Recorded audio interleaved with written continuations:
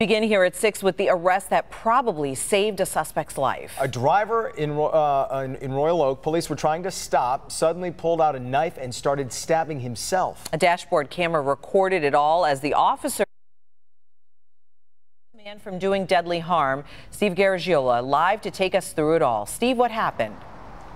Well, you're right. This is a really strange kind of story. You know, when police officers approach a car, in this case, a stolen car with a man inside, they have no idea what to expect. And this really was an arrest that turned into something of a rescue. Hands up! Hands up! Get your hands up! Get your hands up now!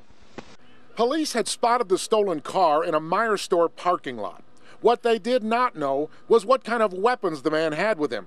But they knew he was trouble. The vehicle was stolen out of Berkeley about 2 weeks ago. He had some property that was stolen from vehicles that night. The officers approached cautiously.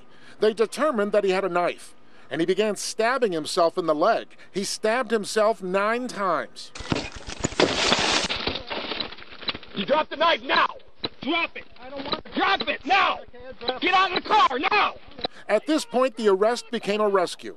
Had the officers not acted quickly, the man most likely would have died from his self-inflicted wounds. About 2 years ago, we started equipping all our officers with tourniquets. They carry them with them wherever they go, and they're trained to use them if they need them for themselves or somebody else. Both those 2 officers are ex-Marines, so they knew what to do, and they were well trained and able to take measures right away. Had to break the window, knock the knife out of his hand. Then he followed verbal commands outside of the car. We took him to the ground. He's in custody.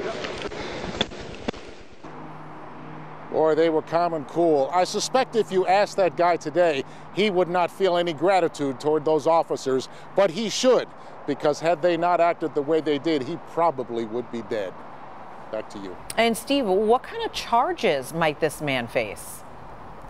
Well, there are no kind of charges associated with him stabbing himself with that kind of violence, but he did have stuff in his car. He had had a busy night the night before. This happened on Monday morning. He will face some charges probably of theft and possession of stolen property in both Royal Oak and in Berkeley. All right. Thank you so much, Steve. Jason?